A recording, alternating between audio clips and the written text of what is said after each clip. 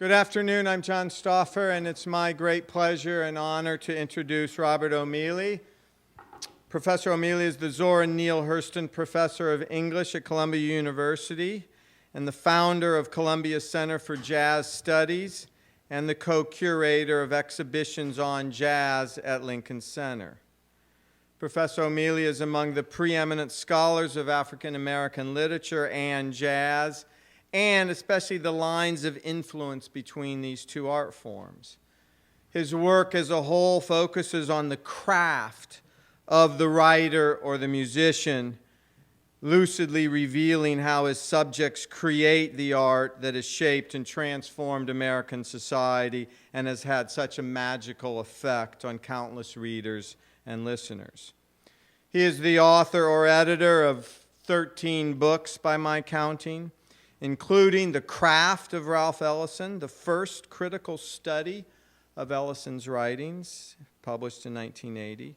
He also edited Living with Music, Ralph Ellison's jazz writings for the Modern Library, which is the best primary source for understanding the influence of jazz on Ellison. He also edited The Jazz Cadence of American Culture, inspired in part by Ellison's remark that much of American life is jazz-shaped. His biography, Lady Day, The Many Faces of Billie Holiday, published in 1989, won the Ralph Gleason Award and was hailed by Entertainment Weekly as the definitive work on Holiday, owing in part to O'Mealy's lucidly written focus on Holiday's artistry and training rather than her personal life. He wrote the script of a documentary film on Holiday, which was drawn from his book, and it aired on public television. Professor O'Meally also authored and edited The Jazz Singers, a 5-disc collection published by the Smithsonian Collection of Recordings and Sony Music in 1997, and he wrote the accompanying book, Seeing Jazz, and The Jazz Singers was nominated for a Grammy Award. He co-edited History and Memory in African American Culture, which helped to spark the now huge field of memory studies in history and literature departments. He is a co-editor of the Norton Anthology of African American Literature, which all of you know is indispensable for scholars and students. His most recent work is on painting. In 2007, he wrote the exhibition catalog, Romare, Bearden, Black Odyssey, A Search for a Home, which accompanied the exhibition at the D.C. Moore Gallery in New York City that lasted from 2007 to 2008. His articles on music, literature, and art have appeared in the New Republic, Atlantic Monthly, New York Times, and the Washington Post. Professor O'Mealy's 3-part talk, today is the second part. The larger 3-part talk is entitled Black Art Demanded Action, Ralph Ellison, Romare Bearden, Duke Ellington, and the Jazz Shape of Modern Culture. And today's talk is entitled Pieces and Parts, Repairs and Reparations, Romare Bearden, Toni Morrison, Louis Armstrong. Please join me in welcoming Robert O'Meally. Thanks so much. I really appreciate it. Thanks for this introduction. I do want to talk about the demands that black art places upon us. My revised title is becoming something more like Drawing Us Together. So I try to think about the kind of exigencies of art and demands that it makes alongside the things that draw us together, thinking in terms of visual art, but also otherwise. I want to start by saying, again, how grateful I am to Henry Louis Gates, Jr. The closer you are to him, the more you know how hard he works and how often he's working to pull somebody else forward. How many letters of recommendation a month must he write? You know, how many books does he blurb and make a comment for or review to help someone's career. So it's very often that you find somebody who's arrived somewhere, but he wants to draw people forward. And so I really am delighted to stand here in front of you, and especially after last night's show, which many of you saw, the wonderful historical program where Gates is our star. Oh, you're very welcome. I also wanted to say that yesterday, a couple of the questions worried me through the night. One of them was, what about the kind of discordant sound? I was making things more or less friendly, that even when people were disagreeing, it was an antagonistic cooperation, as I argued it. What about the fact that some of the musicians don't like each other? And the fact that you'll get real arguments and sometimes outright fights among musicians. And my answer was that there's a discordant note in the music itself, and I think that that's something to consider. That Ellington liked to say, you hear that note, that discordant note in the chord, that's us, meaning black people. And you might think of that as a metaphor for other contexts. But the other thing that came to mind was a few years ago, I had my friend, the drummer Leroy Williams, come to my class, and somebody asked him about spirituality and jazz. And I was thinking, yeah, right. And he said, that's a very important question for me, because I find myself channeling the spirits in my own particular way. And he says, the other thing is that when I was a young player, and I played with Junior Cook, some of you know, very good tenor player, there was an argument between sets, and we were getting ready to go up on stage, and Junior said, now before you step up on that stage, you leave all of that behind. He said, now we're going to do the thing, you know what I mean? So just leave that. We're not going to do that. And Leroy went on to say that this is not just entertainment. This is more than that. And I was arguing yesterday that it's a music of ritual and music that transforms people. And I think that insofar as it's all of that, the players don't want to bring the disagreement. There are always disagreements left over, no matter, because it's a human situation. But I think they do understand that just as you wouldn't go to church, you're the preacher and you don't like the deacon, and you're not going to bring that to the congregation because it's not the moment for that. And I think likewise, there's something that really wants to work together. And maybe it's Pollyanna speaking yet again, but I think it's important to make that point.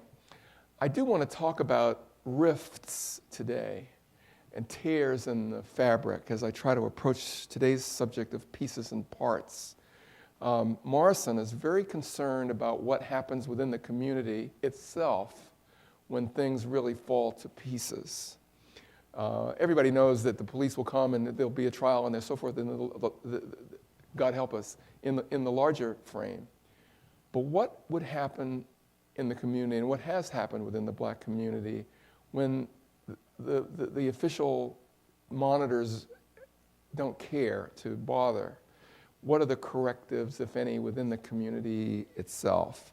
I think that's part of what she's trying to answer in the novel called Jazz, where there's not a little bit of trouble, there's a murder, there's a desecration of the body, there's horrible misconduct, and a marriage falls apart. And she's trying to say, what does the community do when things fall apart to that degree? So pieces and parts.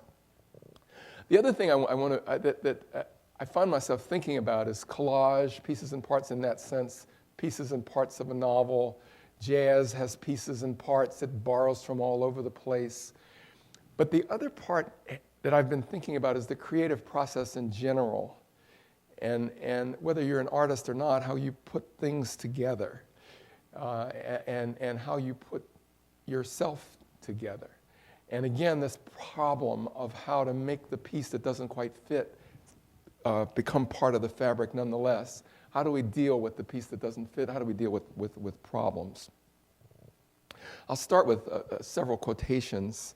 The first from Toni Morrison, who says, there has to be a way to write novels to do what the music did for black people, what we used to be able to do with each other in private and in that civilization that existed underneath the white civilization.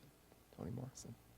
Elizabeth Alexander, in her poem that we all heard, wrote, someone is stitching up a hem, darning a hole in a uniform, patching a tire, repairing the things in need of repair. And the last one is Bessie Smith, who in one of her songs says, "I'm sitting in the house with everything on my mind."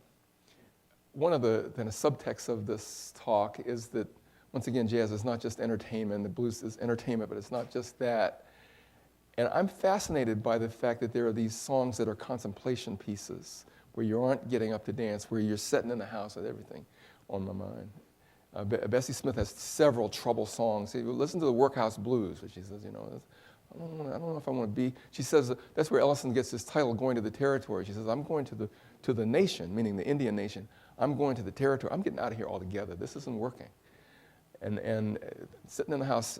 So I want to think about art and repair and the creative process in general, including this process of contemplation as we try to work things out. My next example is completely unexpected, I'm very sure. It's from Armstrong, a man of parts if ever there was one. He'll help approach this theme of parts and pieces and the idea that we're all a collage, a quote from Montaigne, as you'll see momentarily, as individuals and as a worldwide community. Armstrong is featured here because he played such an extraordinarily collaged version of the music. I played the piece as you heard walking in. He's quoting a couple of operas there. He quotes popular songs. He's quoting the Hoochie Coochie song. We'll hear a little bit of that as we go along. I also choose him because he invented such wondrous versions of himself projected in art, along with versions of himself that were deeply offensive, ones that make even so generous a cultural historian as Gerald Early label him as an Uncle Tom. You don't expect that from Gerald. We just say, Louis Armstrong, I'm sorry, he's an Uncle Tom. Is that? Most of us know that Armstrong, the great jazz artist, plays stereotype movie roles, including the one most often cited, Rhapsody in Black and Blue, where he appears in a leopard suit and sings a not funny race song called Shine. Billie Holiday's defense of Armstrong here, that yes, he Tom, but he Tom from the heart. That's what she said. This gives Louis lovers small consolation. Nor does the defensive footwork of Corinne Gabbert, the great film scholar, and others who say that when in the leopard suit scene, the trumpet genius lifts his golden horn with his arm of steel. There's a scene where you see him like this, and plays the solo of life, Mr. Armstrong indeed, all's forgiven. I much prefer the sober reading by my colleague Brent Hayes Edwards, that there's no easy consolation to be had here, that we're stuck with the great man himself in a clown suit, bathing in soap bubbles and stereotypes. We accept them, Edwards says, because we have no choice. We accept them along with the notes of genius, one image never canceling the other, but only hanging there, as the pieces of a collage might hang. Some of them miscellaneous pieces that we can't quite fathom. That's one thing I like about certain kinds of collage in general, that everything is symmetrical, pieces like that. But then there are those that just, then there's this, and you don't know how that fits in. And somehow that makes the whole thing all the richer.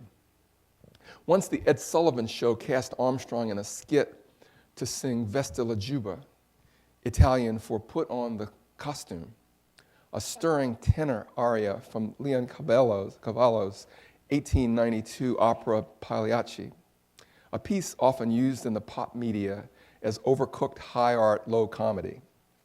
In the scene, the character Canio has uncovered his real-life wife's infidelity, but says he must put on the clown suit because the show must go on. Of course, Armstrong did not have an operatic voice, but he knew how to deliver a song about a clown racked with pain, and deliver he did. Perhaps it reminded him of growing up in New Orleans, which at the time was the nation's greatest city for opera in the United States, and where, because he was black, Armstrong listened from the street to Caruso and others, where music spilled out onto the French Quarter pavement. The black man from this great international city of New Orleans was part 19th century Italian, is my point. No doubt the whole scene, including the complex pathos and humor, reminded Armstrong of the funny, sad blues, too. The blues falling down like rain in old New Orleans. New Orleans, not only the nation's greatest city of opera, but of blues idiom music as well. Clown and lover and singing hornblower with a taste of the blues, man of parts indeed. But who knew that Armstrong also was a maker of collages, before I get to that, let me let you see Armstrong in this piece. Here we see this point that we were all a collage, that I'm looking at Romare Bearden's musicians pieced together. And we were all a collage. We're part African and part Picasso, part Matisse, part Braque, part many different ingredients put together. I love this. Bearden did this over and over again, first as a collage and then in various other reproduction forms, changing the light and changing the imagery, sometimes collaging back on top. So here's one. Here's the same image earlier in the morning. I love the sister looking around the corner at you from the thing. But I think it's his point. We're made up of all these different parts and pieces. This is one of Bearden's many nudes. I think of her as, recalling this idea of Bessie Smith's sitting in the house with everything on my mind.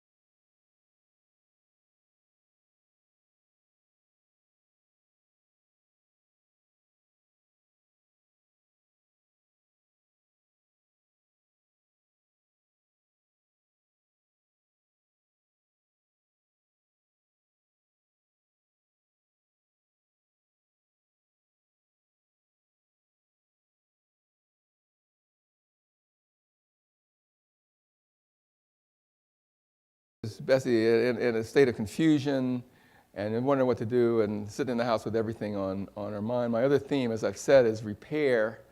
I was in a vintage shop last year and I noticed the sets of jeans. You can buy yourself a set of jeans for $18,000 to $20,000. You get the earliest ones. And if you get a design like this in repair, they're worth all the more. So I thought I would give you a chance to bid. If you want to maybe go on eBay, you'll see it. Bearden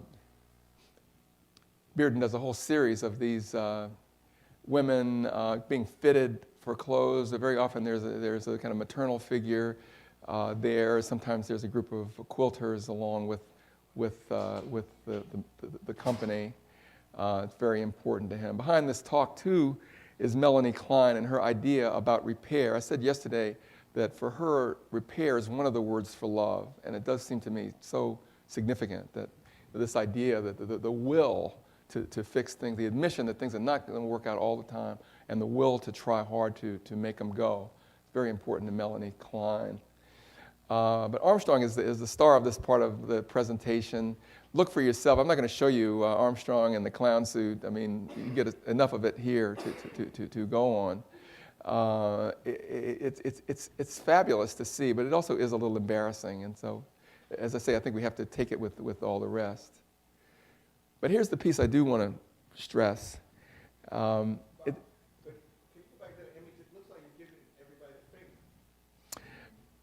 think that's our index finger. No, it's the middle finger, is it? Okay. Well, there we go. Maybe we got another reading. It's got to give a close reading of these images, after all. Armstrong would get his laugh in. Now, no, that's the question.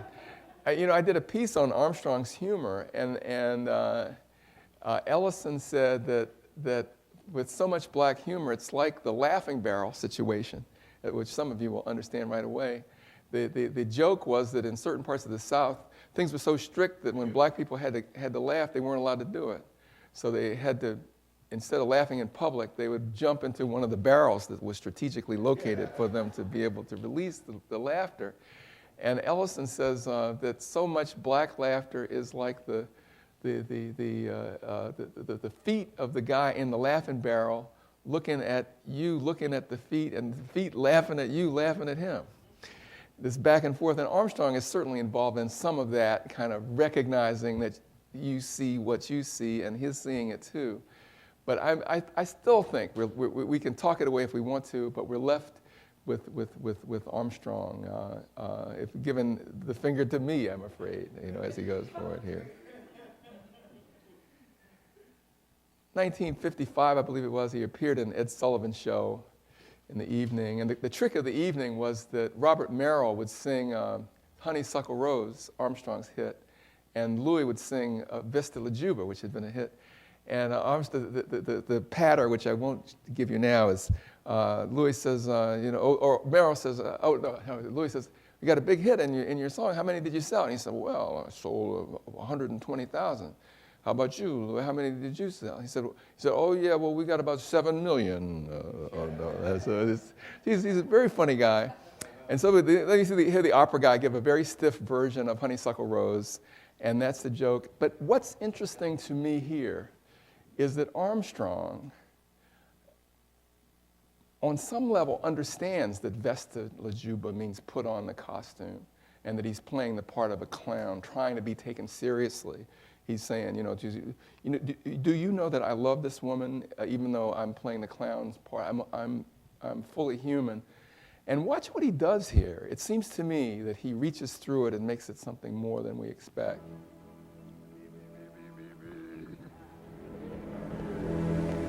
Vesta La Juba, smear your face with powder. The people pay you, and they must have fun. Watch him here, that thing.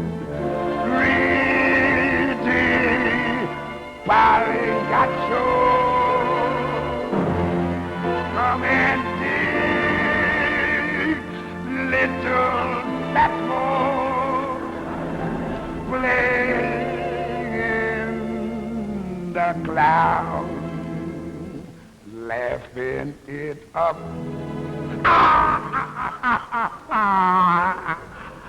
And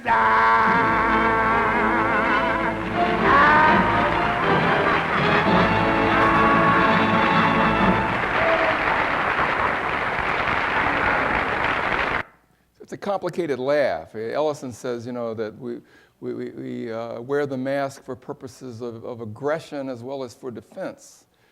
And it seems to me that he's a man of parts, that that there's some of this complicated laughing at you, laughing at him, and also reaching through and saying, you know what? I'm a clown. How about taking me seriously for 5 minutes? That's in this too, it seems to me. And it's how interesting to have him doing this. But who knew that Armstrong was also a maker of collages? Did you know this? 1953, Armstrong wrote to a friend. You can see it in the archive. He wrote, one of my favorite pastimes is using a lot of Scotch tape, he said, to pick out different things I read and piece them together to make a little story of my own, end quote. A thinker-tinker in the Ellison mode, Armstrong was among the first in his time to make a steady stream of audio tapes while on the road. He was an audio guy, so he always had the latest, whatever it was he's traveling with. Man, this is portable, bigger than me, the early ones, but he was on the road with that. And then he would decorate the boxes with cutouts from his press, might take a Christmas card, a picture of his girlfriend, a picture of his wife, a picture of himself, and make these collages, a lot of them very funny, painstakingly cut out, many of them. And so there he was. It would be an exaggeration to call Louis Armstrong a visual artist, but to jumpstart my discussion of collaging art and collaging the self, who could be better than Louis? Romare Bearden says that the art of painting is putting something over something else. He says, I like that. Bechet wrote that his music consisted of pieces of melodies, one definition of jazz, a soundscape of the New Orleans and Côte d'Azur and many other places that Bechet knew. In other words, jazz is layered music where a blues-based melody may be put over I Got Rhythm, very often it is, or another pop song where quotations from all over the globe may abound. Here's jazz put on top of opera, played for a Sunday night's performance, collaged art by a collage maker, if you please. Let's look at some of these collages. We did a show at Lincoln Center called The Collage Aesthetic of Armstrong. We found over 600 boxes in his archive. At the end of the day, he would do that. A lot of them had been given away, but we had enough to look at. He liked to sit backstage and write letters and to put these things together. He liked a lot of Scotch tape. Also at home, he liked to collage the walls. He would put all kinds of pictures of friends, pictures of himself. He's there with his equipment at home now with the tape recorders in sight as well. There's a picture that tells a story that you don't get to know by visiting Armstrong's house in Queens now. He began to collage the ceiling, and the story is that he said, baby, to his wife, this is the Sistine Chapel, baby, we're getting good. And she said, you take that stuff down from there right now. So there, if you go to his house, all the collages are gone because Lucille wasn't having it. But he was serious about it. And it's interesting to me to think of him as somebody putting himself together, putting these collages together, putting his collage music together as well. A man of parts, if ever there was one, as I say. Here's one of the boxes. He's clever. He uses the Scotch tape red of the box itself as part of the collage. He's got other things going on there, tape across there, indicating the songs on the tape. And there's sometimes collage too. You'll get an opera next to a pop tune, something he did on the radio, something he taped at home. I guess he liked this image of somebody, the white man, getting him ready to go on as part of the joke. There are lots of jokes about Swiss Chris and the toilet. And here's one of the, Armstrong believed in a product called Swiss Chris, which was a laxative. He said at least once a day you should clean yourself out. He said you clean the pipes in your trumpet and you got to clean all the pipes and make sure you're in good health. And so he honored, there are a few of these boxes with pictures of the woman who was in charge of the Swiss Chris company. Here's a picture of our hero on the toilet through the keyhole. He was unembarrassable, Mr. Armstrong. And there he is making a lot of fun. A lot of the images have him looking at himself in a way that's interesting. And I mean, we can say he wasn't an artist, a visual artist, but there they are, these things that are visually interesting. Why not? I mean, yeah, I don't like it when people say Picasso and Armstrong. You know what I mean? It seems a stretch, but it certainly is true that they're visually interesting. How many of them are there? There are over 600 surviving. Why don't you curate an exhibit for the Rubenstein Gallery? You want to do that? Yes. We are on tape, are we? Are we doing this? No, I'll do that in a heartbeat. I'll do that in 2 seconds. We did a miniature version of it for Jazz at Lincoln Center, and it was a killer exhibition because who had seen it? Good. Look at this one. He takes a prayer card, so you got a picture of Jesus. This is tape number 420 in his file. He puts himself there grinning. He puts a little Swiss Chris out of the bottom as a kind of joke, So he's full of irreverent hilarity all through here. It's not enough to turn. Well, he believed in Swiss Chris, and he also believed in what's that?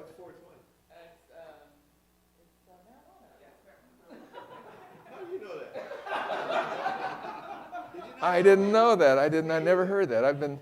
We're too young to know these things, Skip and I. That's very, well, there you are, 420. Maybe he's got 420 stamped right on the thigh of Brother Jesus. And Swiss Chris on his own. He liked to smoke marijuana. If you showed up high and couldn't play, you were fired.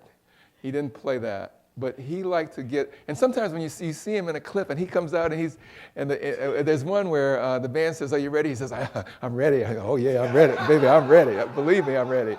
And he would get ready back between sets, and he didn't take so much that he couldn't play that horn. I like this one, How to Listen to Music. He's got a lot of them with his fans backstage, and he's got one lady after another that he's holding on to, and looking very happy indeed. He's got a whole series of them where there are people who are well-known, featured. I can't think of the actor's name. What's his name? Danny Kaye. He's in Paris, and so he gives. It's a lovely image of that city and so on. I want to fly past this one because in the file you see him writing to his manager Joe Louis, where he says, "As long as you live," he's writing to his white manager, "no matter where you may be, always have a white man who like you." And always and will put his hand on your shoulder and say, "This is my nigger." So he embarrasses you with that, and then if that isn't enough, he says, "And can't nobody harm you. But by Sweets having that baby for me," oh dear, we're not supposed to know that, "gave Lucille," and then this is worse, "one of the best ass whippings in her life. As nice and sweet and wonderful as she is, she still has a sense of airs that I never particularly cared for." Yeah, so here's a piece of the collage. You see what I mean? That we don't want to see and that we don't like. We love Armstrong. He embarrasses us in one way and then he horrifies us in another. So we got it. And for me, it's not to hide and not to deny, but just to hang there with it. It's also interesting to see these letters as a kind of collage as well. He didn't go to school long, so he's 4 underlinings and quotation marks, 2, 3, 4 sometimes. All part of, I think, a collaged sense of life and also a performative sense of life. He liked to perform all the time. There are interviews with just him alone in the room, and he's singing full out as the tapes show. So he's quite the example of all of this sense of collage at work. Okay, I got a little bit off of my text here, got thrown off by Pagliacci. So there we are, Armstrong as our kind of preface. On November 13th, 2006, Toni Morrison addressed the Columbia University conference celebrating the painter Romare Bearden, and true to form, she gave the audience everything they came for, plus a good deal extra. She recounted a meeting with Romare Bearden on an airplane and his promise of a gift soon delivered of a collage representing a character from one of her books. It was an extraordinary, completely stunning portrait, Morrison told her audience. Bearden's version of Pilate from Song of Solomon showed Morrison aspects of the fictional character that she had not seen or known or even expected when I invented her, she said. What he made of her earring and her hat and her bag of bones was far beyond my word-bound description. Heavy, heavy with the life that both energized and muted her. Bearden's Pilate was daring anyone to deprive her of her symbols, her history, or her purpose. Here's Morrison. I had seen her determination and her wisdom and her rather seductive eccentricity, but I had not seen the ferocity that Romy saw and rendered. I had a chance to interview Morrison, and I asked her if there were things that musicians could do that writers couldn't do, and she said, without question. After the storm in New Orleans, she did one gig after another to try to raise money and help with the cause, and she said she would give readings and impassioned pleas and get a good response, and then Bernice Reagan would come on stage and just moan for a while, and the audience would go into pandemonium. And it's a completely different thing that's possible when you're Sonny Rollins standing in front of a group, or when you know how to connect. There's something. And I said, but what about painting? Can the painter do things that you can't do? And she said, and she took her a minute. She was ready to say, nobody can do things that I can do, like I can do them. But then she said, honestly, I learn as much from the painters as I do from people. Always talk about the music. What about the painters? I'm watching the painters all the time. And she said, by the time, this is not the cutout, so you don't quite get this here. But she said, I did my pilot, but she said, but by the time Romy took out that knife of his and started slashing at the paper, he could say things that I couldn't say with my pen and paper. So yes, indeed, And she said that this pilot was a shocking wonder to her. Soon after receiving this gift, the writer bought another Bearden painting, in oil this time, part of a series of works about the music scene in old New Orleans. The painting depicted a row of standing preservation hall type musicians, said Morrison, all in white, the one she's talking about. I'll show you those. With colored sashes standing before a riverboat. For the first time in a representation of black jazz musicians, Morrison said, I saw a stillness that I liked. Not the active, frenetic, unencumbered physical movement normally seen in reproductions or renderings of musicians, but the quiet at the center. It was, in a word, sacred and contemplative, a glance into an otherwise obscured aspect of their art, a quiet place out of which art activity comes. Morrison's reflections on Bearden's paintings have enabled these remarks on collage and fiction, and as her talk raised questions about the mysterious rhythms of artistic influence across and through the genre. Let me show you that other one again. This is part of a series. It's wonderful to see by Romare Bearden. As her talk raised questions about the mysterious rhythms of artistic influence across and through the genre, painting, music, and literature, it also made me wonder about the workings of the creative process in general, that quiet place from which art, sometimes as fierce as Bearden's sister pilot, emerges. What interests me just as much is the modernist idea, posited in collage but also present in literature and music, that we people of today, we are all a collage, a mixed and mixtery, the word I like, of elements, as individuals and as a community. In such a situation, what could be the ties that bind and heal? What is it that draws us together? Again, I think that is the subject of Morrison's fiction again and again. In the face of these ruptures, what in the world can draw us together? Standing behind this talk is the figure, unexpectedly perhaps, of Michel de Montaigne, that Renaissance painting, Renaissance man in the double definition of that term, an early proto-modernist who saw in a flash the thesis that I'm arguing all these centuries later. He wrote in one brilliant essay, there he is looking dapper. He wrote, "We are all patchwork, and so shapeless and diverse in composition that each bit, each moment plays its own game. And there's as much difference between us and ourselves as between us and others." The word patchwork is a translation into English from the word lopin, which originally meant cuts of meat. You said, what do you want? Do you want the leg or you want the lopin on the other, like that? And then it came to mean patches of land, the kind of thing you'd see from a plane, the thing that's cut up into cuts that way. And then cuts of cloth in Montaigne's own time. So I think it's fair to translate this. We're all patchwork. We're all a collage. We're all cuttings from a cloth. It has a double meaning because we're de lopin. We're out of this cut of cloth, and we're also made up of cuttings in that way. I like that quite a bit. Individuals commonly contradict each other so strangely, he warned, reminding us of Walt Whitman on this subject, that it seems impossible that they've come from the same shop. And then, listen, I love this sentence from Montaigne. He says, "One moment young Marius is a son of Mars, another moment he's a son of Venus. Pope Boniface VII, they say, entered office like a fox, behaved in office like a lion, and died there like a dog." As if these human differences and changes through time were not enough, the world itself rolls and tumbles in patterns of constant flux. The world is but a perpetual seesaw, writes Montaigne.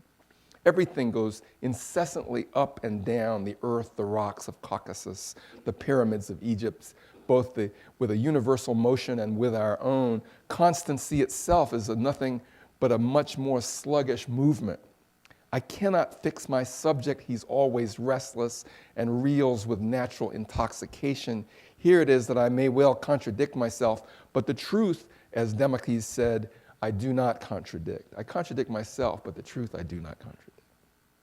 The special pertinence of the idea of the Black American self as collaged is expressed with eloquence in the work of Elizabeth Alexander, who observes that collage lets us think about identity as a spoked wheel, she says, or gyroscope, on which its aspects spin and recombine. Collage also allows us to see African American creative production as cohesive rather than schizophrenic. In other words, the disparate aspects of personalities and influence that might seem contradictory can actually coexist in a single personality or a single identity, end quote. In her talk on Bearden, Morrison calls it very important to see his collaged images of Black Americans not as reflections of fractured or broken Black selves, but as complexly layered selves, selves as collages. And any discussion of the African American collage, says Elizabeth Alexander, quote, must include a discussion of the quilt. Quilts embody the simultaneous continuity and chaos that characterize African American history in all of its spheres. If African American creativity is always in some ways grappling with African American history by trying to knit together the fragmentation that forms its core and the paradox of fragmentation as a center, quilting is a motif for a creative response to that history. It more than once, in tributes to Bearden, it's mentioned that his work, here's his patchwork quilt, is where he taught himself to sew enough to do this, it is quilt-like and honors the women in this tradition. The idea of the Black self as collaged finds deep resonance, too, in the work of the modern philosopher-poet Fred Moten, who, with special reference to African American life, has written about the self as traveler, or what he calls touring machine. For him, the self at its best is communitarian, he says. It's touch activated, he says. A fast-moving set of generative forces. The best self, a socially interactive, rebellious play of improvised selves. In a further tumble of poetic terms, Moten praises the traveling Black self as a kind of unregulated, interconversational jazz band player, section player and soloist, a composer, arranger, band leader, making music together on the fly. In this view, we're all at our best, de Lopin, all part of a jazz work of collaged in music in motion. What excites me most here is Moten's use of the band leader as model for the self, the ones in charge turning over to others the responsibility of telling them who they are. In Duke Ellington's case, he gives the job of defining the Duke to 15 or more improvising musicians. Who are we? You tell me and I'll tell you. We're all a collage together. This is, Fred says, there he is, handing out parts that he wants played, and your part just says solo on it at a certain point. He's expecting you to bring him the information that he wants about what his piece is all about. Moten's thinking springs, as he often says, from that of the Martinican philosopher Edouard Glissant.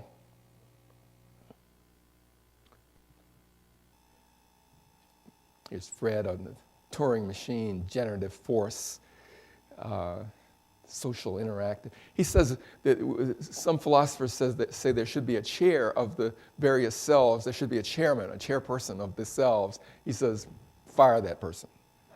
Let's work together. Let's make it as a group of selves together. As I say, this talk is informed also by Edouard Glissant, who speaks of the modernist self as born in the moment, he says, when one consents not to be a single being and attempts to be many beings at the same time. For the Black woman or man, the transition to modernity, for him, let's see where he does this. Oh, wait. He says, I love this. One consents not to be a single being and attempts to be many beings at the same time. This is the passage from unity to multiplicity. We, the descendants who have arrived from the other shore, would be wrong to cling fiercely to this singularity. For me, the arrival is the moment when all the components of humanity, not just the African ones, consent is a key word for Glissant, to the idea that it's possible to be one and multiple at the same time, that you can be yourself and the other, that you can be the same and the different. When that battle, because it is a battle, not a military but a spiritual one, when that battle is won, a great many accidents in human history will have ended, will be abolished. Last year, Skip knows, I was teaching in Paris at Columbia's campus there, and several of the students told me that their parents had said, don't go over to Paris thinking you're going to be French now. You come back here and still be our little girl back home. Don't bring no Frenchman back here either. He said, and so they were worried about what that meant. And as we went through the semester, gradually they realized that it was possible to be somebody's little girl from North Carolina and French. And somebody's, you can, that the identity is additive in that way. And the excitement that you could see as they grew up into the realization that they could give consent to be multiple selves was very, very, very exciting to me. Okay. I wanted to show you, speaking of Paris, part of a series that has been shown very little by Bearden. I love this because here you are, Ellington and Strayhorn, his writing partner, and obviously French signs of Montmartre and Mona Lisa, but there's the bird of, Picasso-like bird flying through as well. In the original of this, you'll see a much more Matisse blue sky than comes through here. And the idea is, Bearden, I think, is saying, we can we can be many things at one time. He does this portrait of Ellington. Where's my thing here? Ellington and Armstrong, you don't see as well in the corner. They were in Paris to film Paris Blues. And the photographer, Sam Shaw, took these pictures, and then he and Bearden worked together on this show called Paris Blues that had never happened. And we did a version of it at Jazz Lincoln Center, but it should be done again. Maybe we'll do that one too here.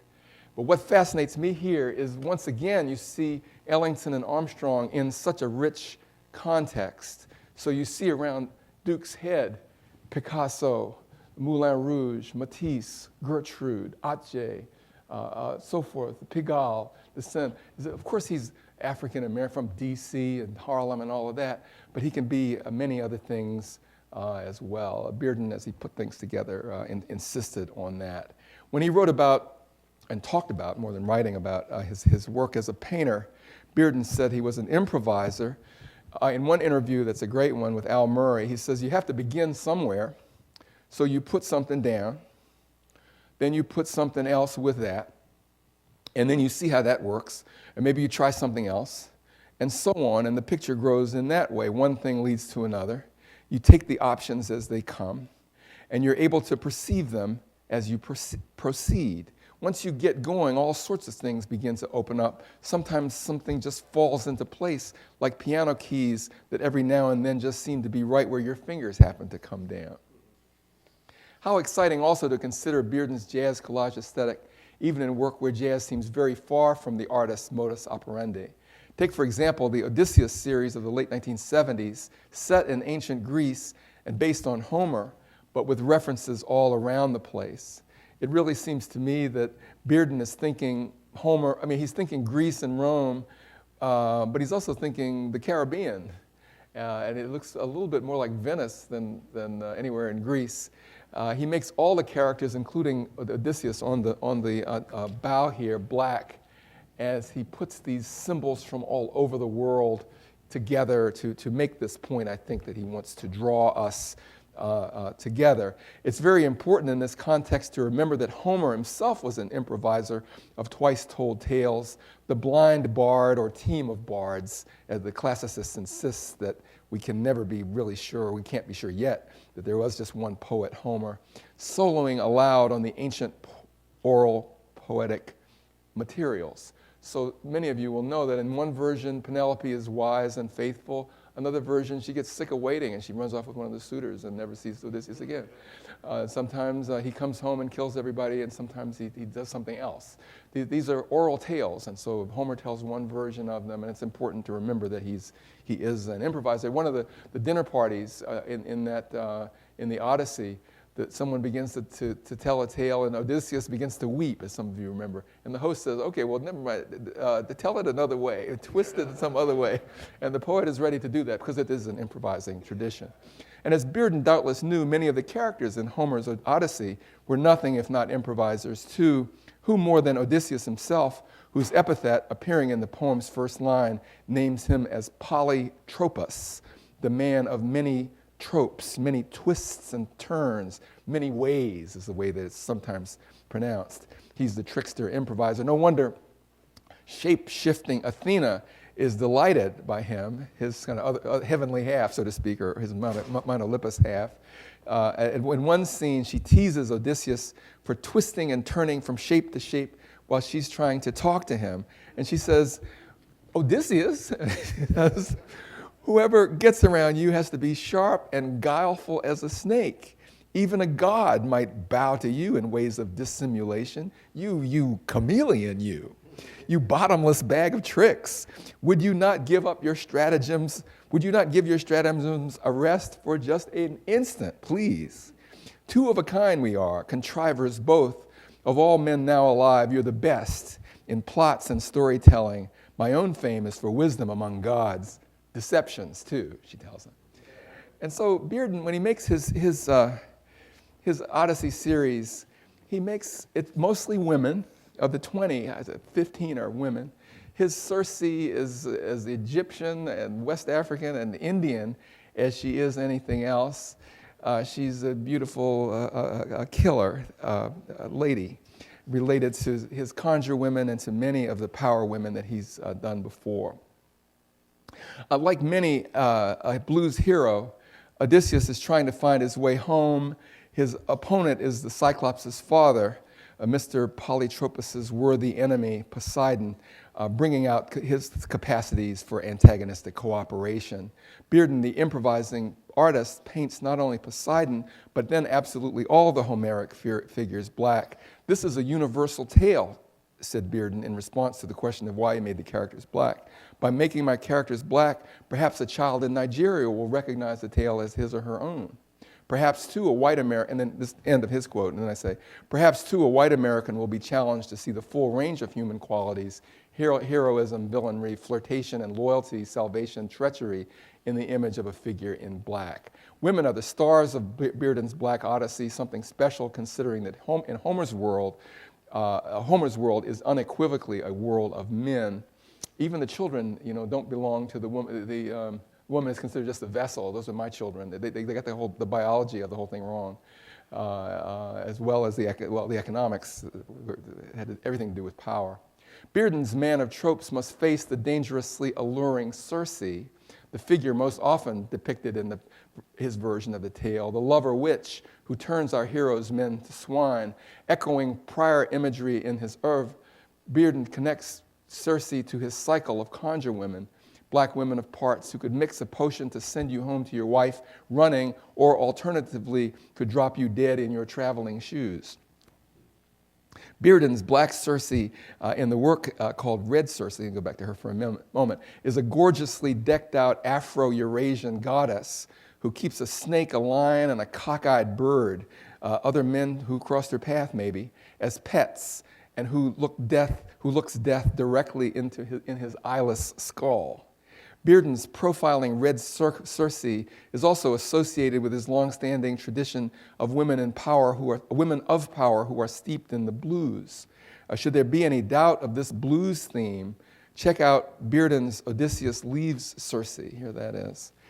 As with Bearden's Red Circe, there's no passage in Homer to which this painting refers directly. There's no reclining nude Circe or attendant offering solace in Homer, no sparse room, no ship at a distance sailing away. This is strictly Bearden's take on the departure of Odysseus from the point of view of the all-too-human lover left to sing what might be called Circe's empty bed blues. As in his other Odysseus works, we find the flattened surface in dramatic color. Again, the cubist's play of tilted boxes, including in these is the boat-shaped parallelogram that is Circe's bed of sorrow, on which she seems to swim out of her clothing with a pink pillow surfboard tightly clutched. And note the contrasting play of clipped circles, bowl, vase, ends of the pillow, surfboard curves, retracing Circe's voluptuousness in lines contrasting the rigid poles of her beloved's departing ship. Her voluptuousness, by the way, contradicts any impression that this woman of the blues has been fatally wounded. This well-girdled woman, as she's called, to use a phrase often used by Homer, is a goddess after all who will rise again.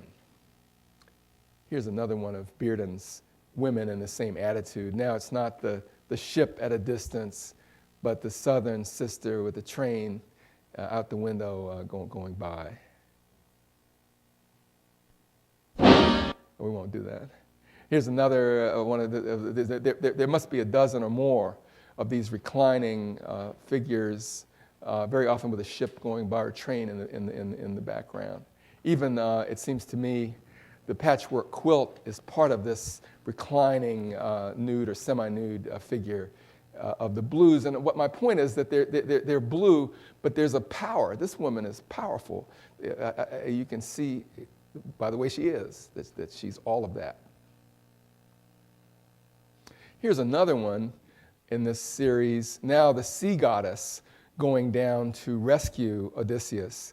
The black woman now as savior of our hero. The ship up top will find all the men on board. The ship ruined and the men all killed. But this woman comes through, this sister comes through, this Matisse diver comes down to save him.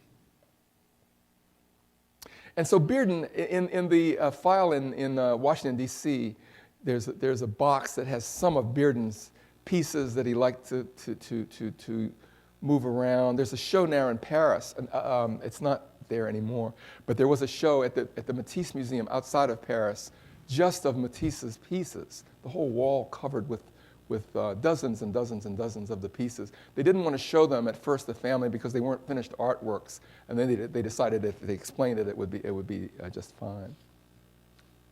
The last part of my talk has to do with Morrison. She wrote an essay where she says, "It's the pieces and only the pieces that begin the creative process for me," she wrote in 1984. And the process by which the recollection of those pieces coalesce into a part, and then knowing the difference between a piece and a part, that's creation, she said. Concerning the willed creation of a central character in Sula named Hannah Peace, here's the quote from Morrison, "The pieces and only the pieces." Concerning the Hannah Peace, Morrison writes, "I have a memory of her, Hannah Peace in Sula. It's like this. The color of her skin, the matte quality of the skin, something purple around her. Also eyes not completely open. There emanated from her an aloofness that seemed to me kindly disposed. But most of all, I remember her name or the way people pronounced it. Never Hannah or Miss Peace, always Hannah Peace. And more, something hidden, some awe, perhaps, but certainly some forgiveness. When they pronounced her name, they, the women and the men, forgave something in her. That's not much, I know." She says, all I had were those little pieces of stuff. That's not much, I know. Half-closed eyes, an absence of hostility, skin powdered in lilac dust, but it was more than enough for me to evoke a character. She said, in fact, any more detail would have prevented, for me, the emergence of a fictional character at all. What's useful, definitive, is the galaxy of emotion that accompanied the woman as I pursued my memory of her, not the woman herself." She goes on to say that she doesn't understand people who just lift characters from life and put them in their books. She says, the bread is already cooked. What are you going to do with it? It's already done bread, is what she says about that. Many have observed the influence of music on Morrison, but what about the visual arts on Morrison? Here's Morrison speaking. "I have to say I've been very generous to myself in getting ideas from painters," she says. From painters other than Bearden, she's imported, quote, "just scenes or figurative arrangements on a canvas. But from Bearden, she's gotten much more," she said. She is, quote, "struck by the tactile sensuality of his work and the purity of the gesture, the aggressive, large-as-life humanity in his subject matter," end quote. She admires his lack of condescension or sentimentality, aspects hard-won in a culture that has spun so many black stereotypes. Quote, "The edge of the razor that I see embedded in Romy's work prevents those easy, self-satisfying evaluations of his subject matter. You can't do a stereotype. She says, you're cutting it with a knife. It's something too fierce. The edge of the razor embedded in the work prevents all of that. Okay. The last thing she said of interest that day to me was, she said, writing a novel involves, quote, a layered exercise that I consistently undergo. She says, a process which has more elements in common with painting than with literature. I don't have it in this talk, but she said that day something I'll never forget. She said, the artists all, whether you're a musician or a painter or a writer, you got to have structure, you have to have rhythm, and you have to have color. She said, that's why every now and then in my novel somebody will say, let's go get something yellow. That's her talking. She needs something about the yellowness of things has to make its way in. You see that in Beloved and elsewhere too. They want something purple. Where's my thing? Color and structure, of course, and rhythm. I think you could add line as something else that we all want across the arts. And I'll say a bit more about that a little bit later. You can see this in Bearden's work, where of course he wants color, and of course he wants rhythm. Of course he wants structure. In one of the articles that he wrote, he explained how he expected you to look at that painting and see the way in and go from A to B to C and so forth, making your way through that work. And so it's not surprising that Morrison would find it to be particularly inspiring. Concerning Bearden's unique methods of collage, Morrison wrote, their attraction to me is this, she said this, she didn't write it. Their attraction to me is this, in this technique, is how abrupt stops and unexpected liquidity enhance the narrative. I'll put that back so you can think about that way. Enhance the narrative in ways that a linear beginning, middle, and end cannot do.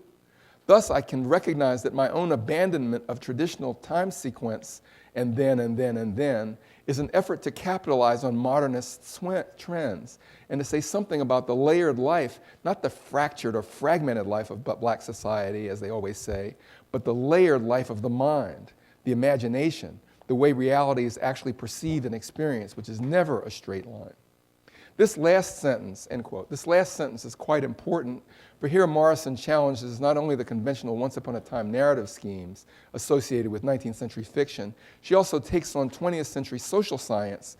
Albert Murray calls it social science fiction, which I love, which views black individuals and their communities as hopelessly broken to bits or fragmented and fractured. Complexly layered characters and communities, that's what Morrison sees in Bearden's collages of Black America, pieces and parts that overlap and hold together.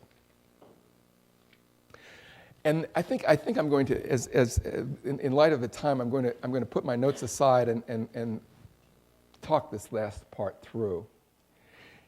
Morrison tells us in her preface that she works with memory, the pieces of things that she remembers, which she says are sacred to her, as she puts one piece together, forming a part. She remembered something about her mother and a trunk that she opened as a little girl that started the novel Jazz for her.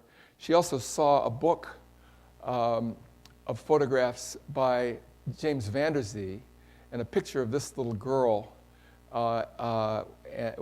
who was pictured in a coffin. The book is called The Harlem Book of the Dead. And some of you see, there are all these pictures of people in coffins. And Morrison said that the sight of this little girl was very moving, and she saw Van Der Zee's words. She was the one, I think, the photographer is speaking, was shot by her sweetheart at a party with a noiseless gun. She complained of being sick at the party, and friends said, well, why don't you lay down? They'd taken her in the room and laid her down. After they undressed her and loosened her clothes, they saw the blood on her dress. They asked her about it, and she said, I'll tell you tomorrow. Yes, I'll tell you tomorrow. She was just trying to give him a chance to get away. For the picture, I placed flowers on her chest. There's an edition of Harlem Book of the Dead with Morrison's introduction. She was very stirred by this picture. It's another one of the pieces that begins for her the novel called Jazz. What I found is that if you start looking for collages in jazz, you start to find them everywhere. They're all over the place. These paragraphs that are about the different women and what the different ones did. All the people on the street and what they look like. It's like Looking at the Street by Bearden. And here, at this point, she writes, and the city, in its own way, gets down for you, cooperates, smoothing its sidewalks, correcting its curbstones, offering you melons and green apples on the corner, racks of yellow headscarves, strings of Egyptian beads, Kansas fried chicken, and something with raisins call attention to an open window where the aroma seems to lurk. And if that's not enough, doors to speakeasies stand ajar, and in that cool, dark place, a clarinet coughs and clears its throat, waiting for the woman to decide on the key. She makes up her mind, and as you pass by, informs your back that she is Daddy's little angel child. The city is smart at this, smelling good and looking raunchy, sending secret messages disguised as public signs. There's so many paragraphs like that in Toni Morrison's fiction. The one that strikes me with even more force is this paragraph here, where she's writing the smart, looking good, sending messages, public signs. And then she tells you what the signs are.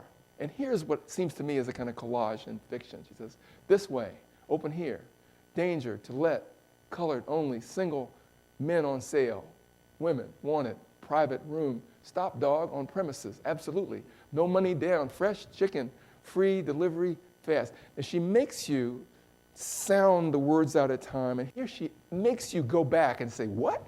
Wait a minute, it's this way, open here, danger to let, colored. No, it's not that, it's danger to let, colored only. Single men, there can't be single men on sale. She makes you go back and back and back and think about all the different possibilities of men on sale or on sale women, on sale woman wanted, private. She makes you go back and forth in something like the way that Bearden was doing with his collages too. In a great crescendo of that lecture at Columbia, she said lines that are so important to me. I've quoted a little bit of it already. She said, of course, separating art forms, compartmentalizing them is convenient and useful for study, instruction in institutions, but it isn't representative of how artists actually work. The dialogue between Romare Bearden and jazz music and musicians is an obvious beginning. The influence writers acknowledge to music and other art forms is a further step. But the borders established for the convenience of studies are, I believe, not just porous, they're liquid. In other words, everybody knows that the difference between painting and literature and music, the border is porous. We know that. She said, it's not just porous, it's liquid. All of us are in the same thing. Locating instances of this liquidity is vital if African American art is to be understood for the complex work that it is and for the deep meaning that it contains. At the end of jazz, it seems to me that she takes up this question then of what do you do when the pieces aren't fitting at all? We've got a murder, you've got a desecration of the body, you've got people too angry with one another to speak. And she's given you collages of different sorts, collaged characters. Joe Trace, we're told, has one eye that's blue and one eye that's gray. She's putting these collaged figures together and doing things in what might be called a collage way. And we're told that Violet has cracks in her, that she's cracked, and she's thinking about all this, it seems to me. But then there comes a moment at the end of the novel where Violet is speaking to Felice, who's the girl Dorcas who's been killed, the friend of Dorcas's, Felice. As Dorcas's friend Felice sits down with Violet, who's the woman whose husband has done the murder and who's desecrated the body, she finds that the other hairdressers are right. Violet does talk in a strange, cracked way. But I understood what she meant, says the young girl, Felice. How many trees can you look at anyway? Said the younger woman, who can't imagine living outside New York City. And for how long? And so what? Go to 140th, and the other woman says, you should go to 143rd Street and look at the big one on the corner. Violet tells her, and see if that tree is a man or a woman or a child. Felice laughs as she considers again Violet's sanity. It's then that Violet asks what may be described as the question of the novel. What's the world for if you can't make it up the way you want it? The way I want it, Felice says. Yeah, the way you want it. Don't you want it to be something more than what it is? What's the point? I can't change it, says the young girl. That is the point. If you don't, it'll change you. And it'll be your fault because you let it and messed up your life. Messed it up how? Forgot it. Forgot what? You forgot it was your life. In this and in other important dialogues, Morrison's jazz models the kind of intellectual work involved in remembering the life that one's life is one's own, and thus open to revision and repair.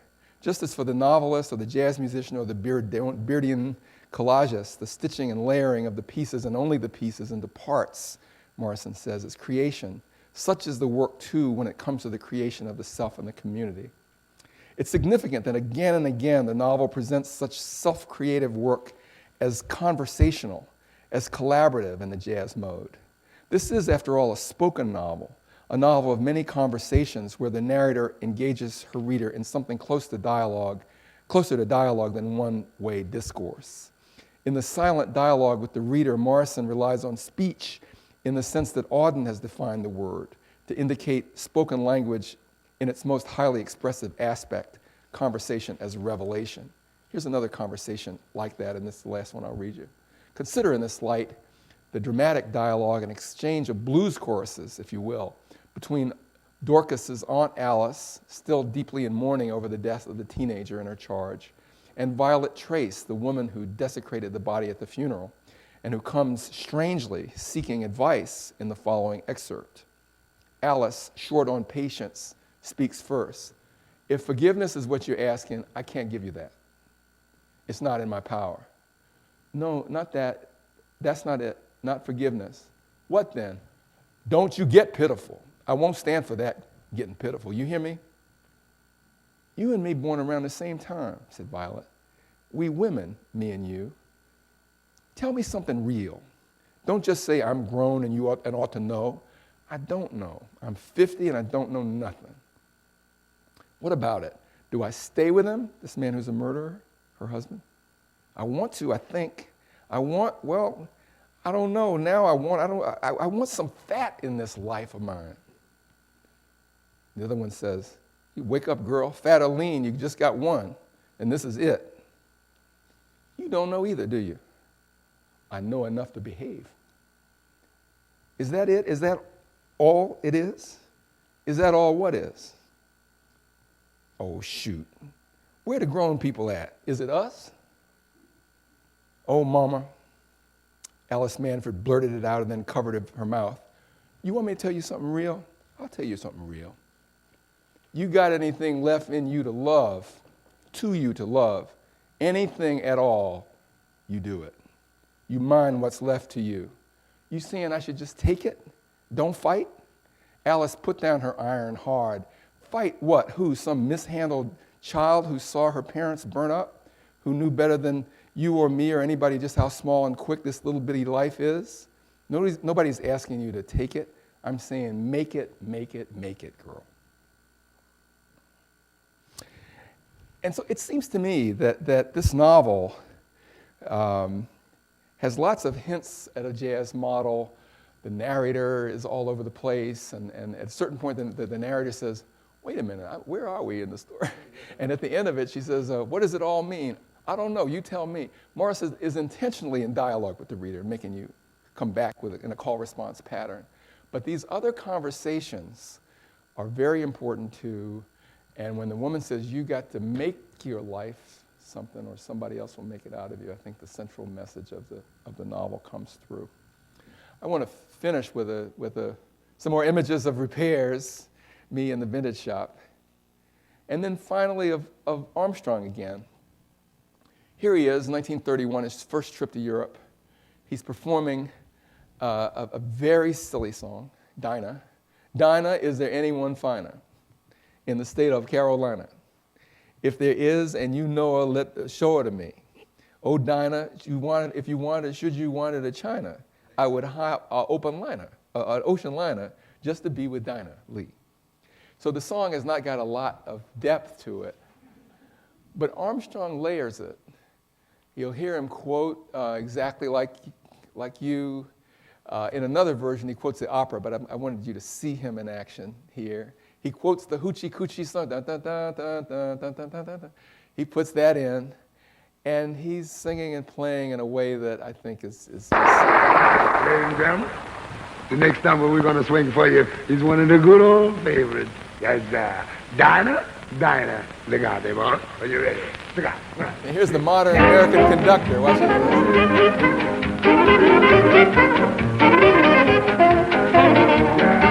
These are blacks living in Europe. They can hardly believe they're on stage with Louis Armstrong.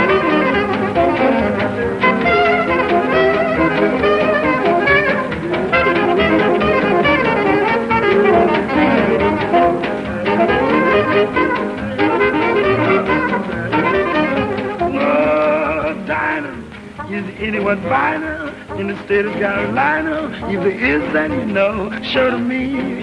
Dinah, the dick not blazing, we love the city gazing to the eyes of Dinah Lee. Baby, every night, one eye, shake my fine arm, cut my dynamite, change your mind, Bobby did you don't you want to do China, baby? I'm having no China, oh, baby. Oh, Dinah. Oh, Dinah, oh, baby, Dinah Lee. Dinah.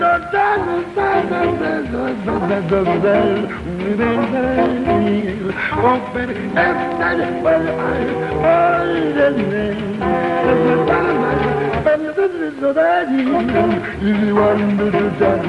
I'd have a nosy liner. He reinvents the whole thing. This trumpet player is going to take a very conventional trumpet solo as if to say, I'm not challenging anybody. And eventually Louis waves his handkerchief, which means get out the way, that's it. All right, shut up, everybody. That's enough.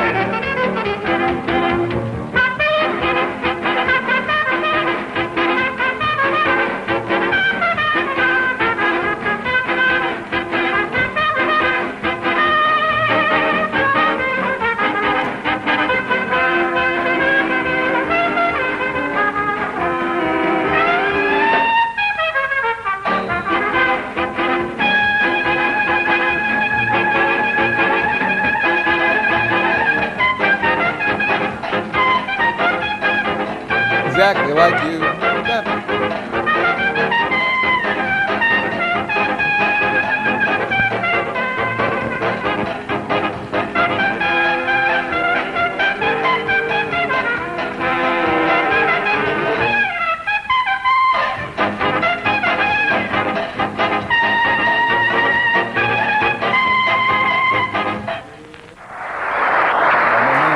My man Louis.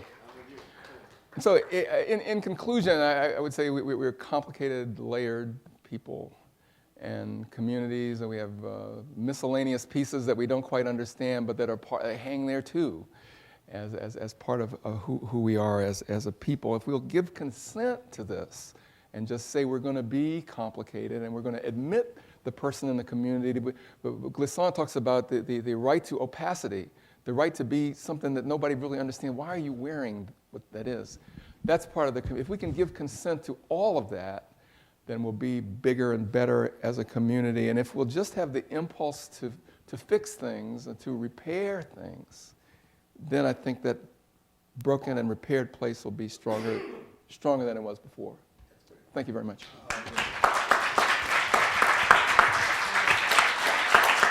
Thank you. Thank you, Bob. Marvelous. Marvelous. You'll take some questions? Of course. Okay, great. I'll start. I heard the wine bottle. I know. That was a sign. Guess what? That wasn't by accident. I'm going to ask the first question. Then I have to go for a conference call, but I'm going to ask John to take over as the MC. And then, of course, I'll see you at dinner, and Abby will get you there. I think Jazz is her greatest novel.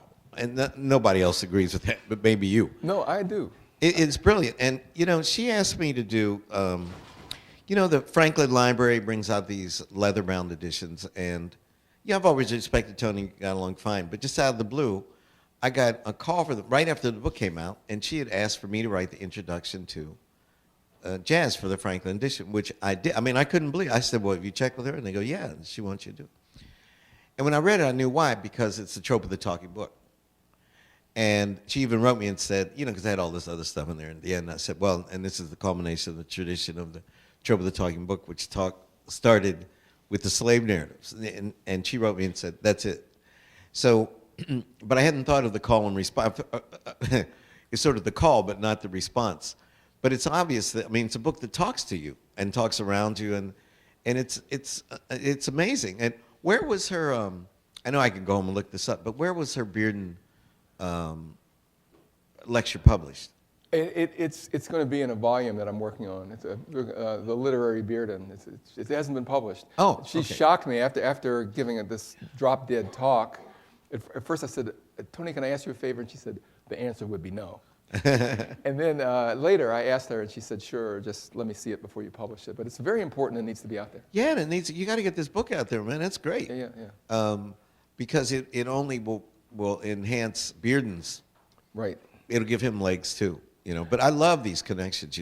So you think that her relationship to Bearden is more important than the Ellington? If you're doing the three, Ellison, the Ellison. Oh, you know what? I think that my feeling would be that the truth is that on a given day, there's nobody more important to her than Virginia Woolf. Mm-hmm. And on another day, there's no more important writer than Marquez. Mm-hmm. Nobody. And another time, she's thinking Bearden and other painters and nobody else. And I don't know that, maybe she would be the one to answer that, not me. Which one is more important? I don't know. No, I'm sorry, I didn't ask it the right way. Which is that if you were doing the Holy Trinity, okay, would it be Ellington, Ellison, Bearden? Would it be Armstrong, Ellison, Bearden? Or would it be, Armstrong, Morrison, Bearden? You see what I mean? You're not talking about influence now, but who's got the most juice on the line? Yeah, or anyway, who is the, it's like Goethe or Escher Bach. If you were picking the gods and you were doing a riff on these three things. Well, and I know it's ultimately arbitrary. I just want your trinity. And I'll give my answer today, and it might be different tomorrow. Ellington wrote over 2,000 pieces of music. He wrote dance hall numbers that he performed in the concert hall, and concert hall numbers that he would fix to dance to. He wrote a Shakespearean suite where he cast hard-boiled Johnny Hodges, little evil Johnny with the beautiful, beautiful saxophone sound, as Juliet. And so if I had to just grab one and run, it might have to be Duke, but then I'd be thinking, but Morrison has a whole shelf over there. That would be my own choice. What I love about all three of them is the comprehensiveness of them. So Bearden does a Bible series. He does a Garcia Lorca series. He does the Odysseus. He did the Iliad first. For him, the tradition was civilization. Civilization. The northern city, the southern bayou, the Caribbean, all of that. And Morrison, everything I've said about those two is true of Morrison too. That's why it's so hard to decide. It's just that if I have to go somewhere all by myself, I'd rather be dancing to the music than anything else. Is the truth. And this is going to be a very important one. I'm really, really hoping so. I'm looking forward to it. But if you don't publish that literary Bearden, we're not going to publish this book. So you got to. Questions, comments, John? You want to take over? Let me see. Here's a lady, Carol. Carol has something. Great job, buddy. And I'll see you later. Okay, see you later. Bye-bye. You too, babe. Thank you for a wonderful, wonderful lecture. One thing that I realized as I was here last night as well, is collage is really, it's about African American culture. I mean, if you could think about Paul Laurence Dunbar, writing Sympathy, and then When Melindy Sings, and, jumping into dialect, in his poems, and just, and I just realized, collage is our way, our cultural way of taking pieces that are thrown to us and making it all fit together, in such an incredibly magical way. So I just want to sort of thank you. Well, you're very kind, and I think that you're so right that whether you're talking about African American cuisine or African American haberdashery or style like that, we've had to make do with the housing that nobody else wanted. You make it look good anyway, and I think that while I recently learned that chitlins was a dish in Europe that Thomas Jefferson's, anyway, it wasn't necessarily only the stuff that nobody else wanted, although I'm sure that's part of the story too. Part of our story is taking whatever is left and making it beautiful. And so I couldn't agree more that collage you get collages all over the world, and I don't mean to say that we don't, and it's an American art form too, but there's something very rugged and funky and definitive about a form that we seem to need so much, because that's a blanket that's not going on the wall, as what's her name? Alice Walker. This is not, there's a story called Everyday Use, where the two sisters are arguing about what's going to happen with the quilt. And one of the sisters wants to use it on the bed, and the other one wants to tack it on the wall. And finally, the mother takes it from the one who wants to tack it on the wall and says, you know what?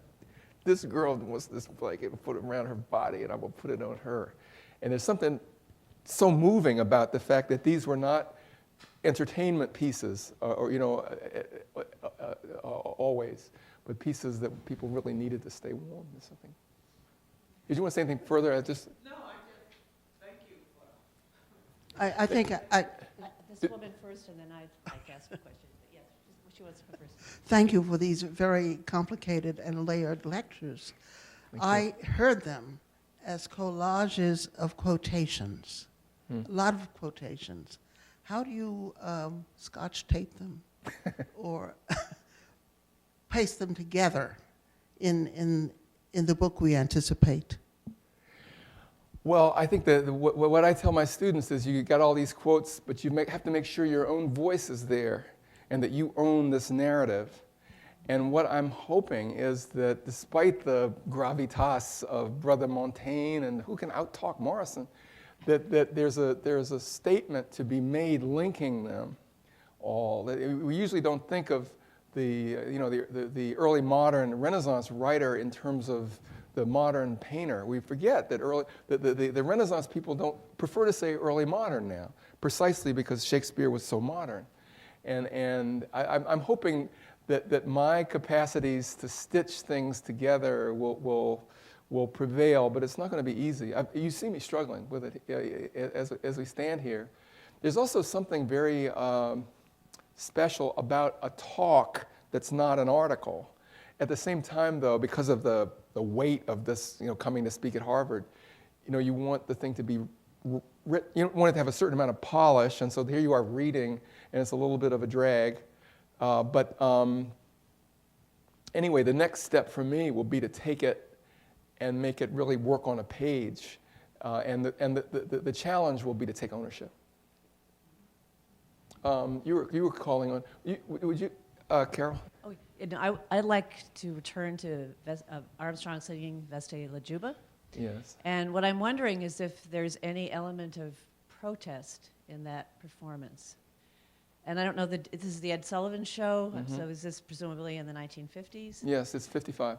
Oh, that's the year when Marian Anderson made her debut at the Metropolitan Opera House. And the backdrop said Metropolitan Opera. Now, Ed Sullivan's not going to make any protests. Nonetheless, there's Armstrong owning, one of the hits of opera, and doing so at a time when this really significant event has occurred, and when most African American performers are still basically banned from performing in the major opera houses in this country. And even now, my black friends who sing opera say, we got to wait for Porgy to come around again because we can't get a gig any other time. They're not going to let me do this. And so I would like to know the answer to that. Maybe in his letters he comments on it. Armstrong only finished the 5th or 6th grade, but he didn't miss anything. And so it would be very surprising if he didn't have some note in there that was a protest note. I hadn't noticed the Metropolitan Opera thing in the background. Thanks so much, Carol.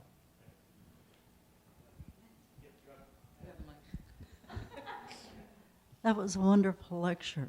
Thank you. And I just wanted to mention that a few years ago I wrote an essay on Romare Bearden and about cultural legacies and the same idea about collage. And I just wanted to make a couple of points that you didn't make. I mean, your talk was so rich. But I focused on Bearden, but also Jacob Lawrence, but also Benny Andrews. Yes. And Benny Andrews, there are 2 points that he does a lot of work in collage, and his father is a folk artist who also does this sort of work. And Benny was always saying, well, it was making do with what you've got. So you put these things together. It has to do with making quilts. I also, in my essay, brought in the element of newspaper wallpaper, which is a real Southern thing. I mean, it's not just black people, but white people as well. So the idea is that you put things up on the wall that you cut out from newspapers, and you can see that in a number of the FSA photographs of the 1930s. I'll give you the reference to my essay. Oh, this is just I mean, you great. were really building it and making it much bigger, and No, it's but great. this is, and it's so relevant to the Morrison, because at a certain point Morrison is reading the newspaper headlines, and she's seeing just the kind of thing that I show. Right. I have 3 or 4 examples like this, and she's very interested in doing it. I'm sure she knows about the Matisse examples, but she would know about Benny Andrews as well. So that's really very, very helpful. Not Matisse, I'm thinking about Picasso using the newspaper. Thank you. Thank you for your talk and for your blazer. It's very nice. Oh, thank you. Thank you. My question is about Du Boisian double consciousness and how that fits into this notion of collage, because Montaigne is great, but I think What about Du Bois? Du Bois's He's notion right on point. of being.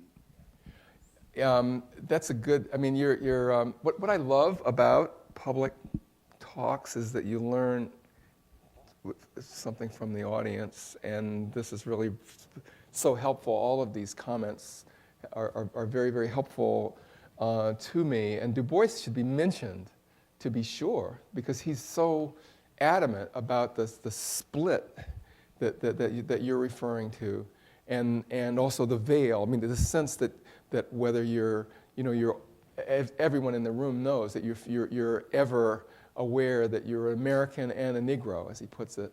And also he talks about the veil that gives you perhaps a second sight, so that it's a kind of magnifying glass or telescope through the world, a kind of not magical, but holy, a third eye. Mm-hmm. The thing I like to think about Du Bois, double consciousness, and then Glissant's insistence on triple, quadruple, what's next? That we are these 2 things and then many more. And I think it's I remember when I was an undergraduate in the late 1960s, because my name is O'Mealy, there was a lot of pressure on me to change my name. Don't take that slave name. And I didn't want to get rid of that part of my history, really, as troubled as it is. And so I was ready to, my African-American wife would sink in her chair when I would stand up on St. Patrick's Day in Riverside Church, reveling in this. But I think that we're 2 things and we're 22 things, and it's so exciting to think about the momentum of multiplied identities. But you're right that Du Bois should be mentioned.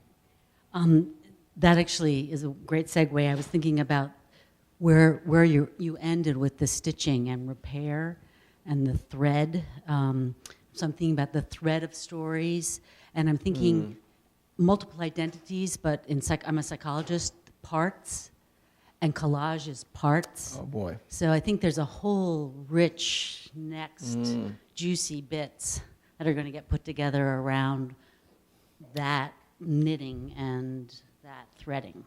Oh boy, this is too much.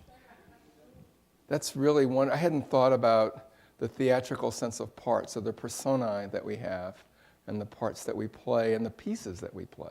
And the self-fracturing concept of self. Everybody wants this pulled together self, right? Mm-hmm. But we all have parts. The question is, all those parts are in that self. Right. There is no one self. They're all the parts. And yet we're always pulling towards that one. And so I think the song is saying, don't pull towards that. Right. Don't try to go executive on yourself. Let all of those parts, have a voice. And part of it, that's so exciting to hear that. And part of the what's behind my answer to Skip's question about which one, the idea that Ellington would turn over. Not only are you many selves, he's waiting for you to tell him who he is as far as one of those parts and pieces. Which self is going to show up with which self is going to show up. It's just, it's astonishing. And there's something so right about that we are a community depending on one another to define ourselves, and we don't know exactly what that's going to mean. I like the fact that people in, I don't know much about chaos theory really, but one idea that I've been reading about is that one person who can build a house in a year would find that two people could build that house in less than 6 months because of what chaos theory people call the emergent factor. There's something that we don't explain, don't know where it came, there's something that's there. Religious people talk about this too. When 2 or 3 are gathered in the name, there's something special that happens. So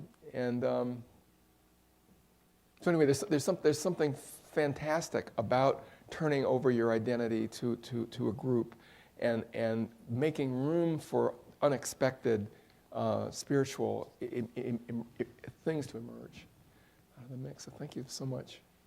Yes? I enjoyed your talk very much as well.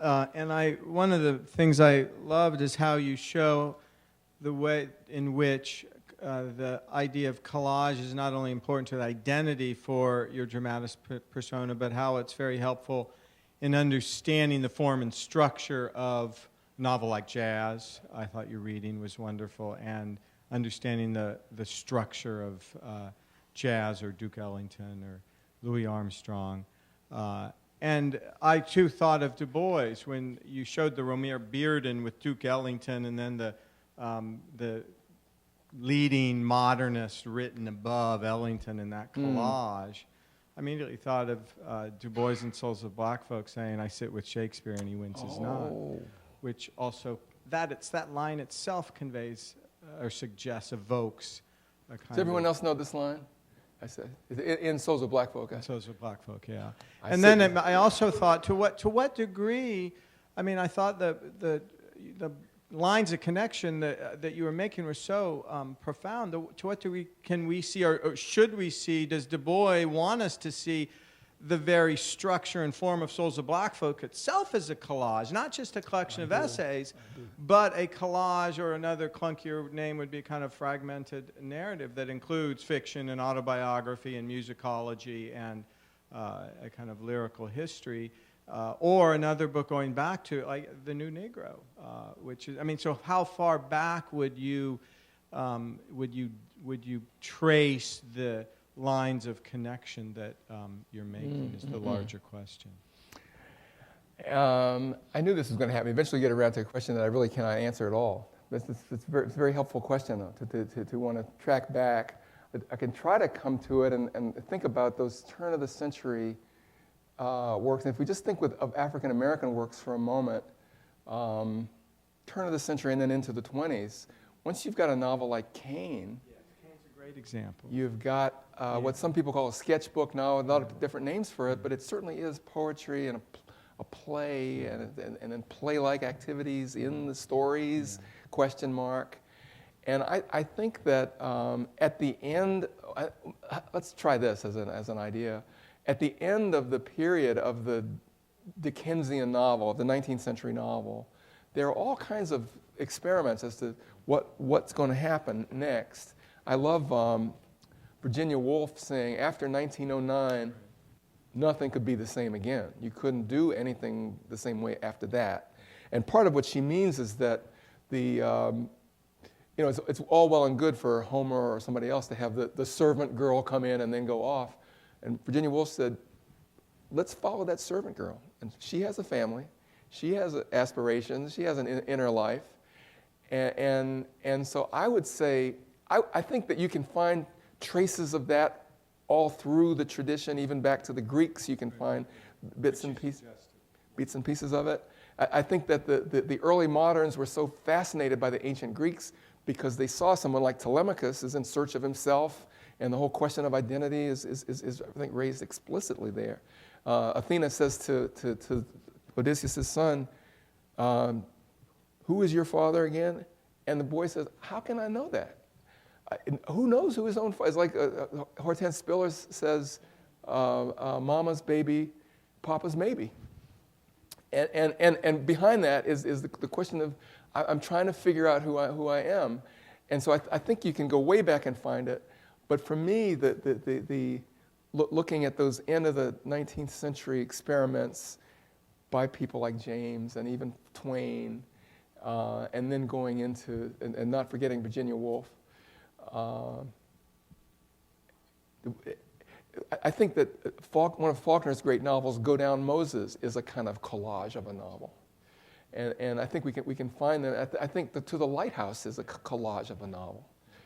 And I think I would put some of those Jamesian novels where the things are all jagged and pieced together like that, I think are in this tradition that we're talking about. Some people call it a woman's tradition in particular, and I'm not so sure about that, but it's intriguing to think of a feminist desire for something that's not linear and that's not binary and that is circular and circuitous in ways that one associates with Virginia Woolf, and particularly mentioning her name, because I think she's very important to Morrison, for one thing. That's a good question. That's a take-home question for me. We have time for one more. If there's...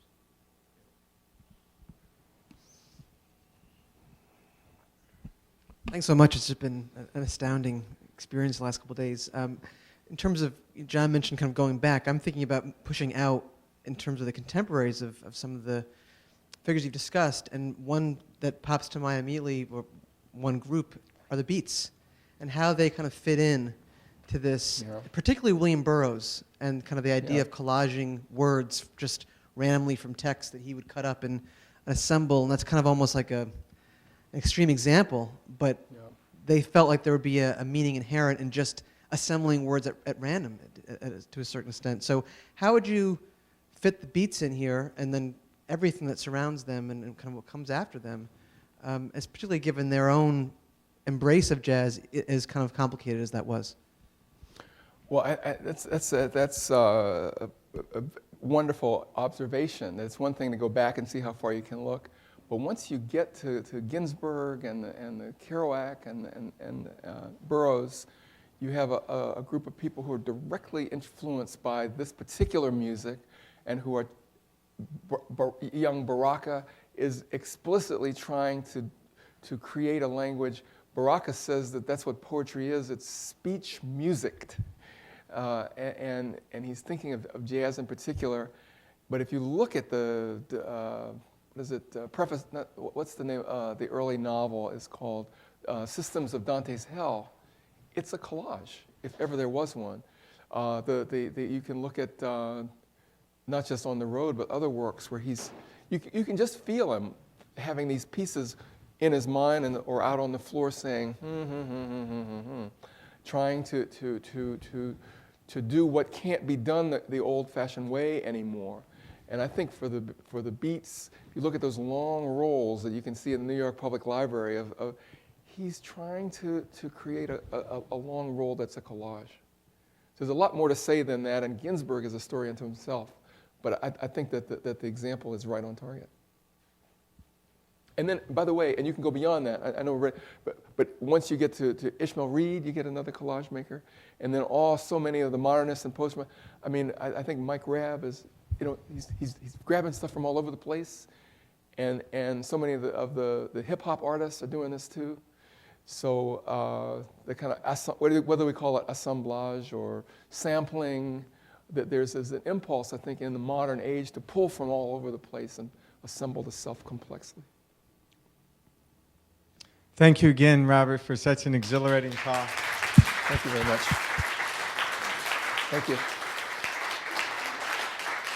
I invite you to continue the conversation over wine and drinks and in this room. So, thank you.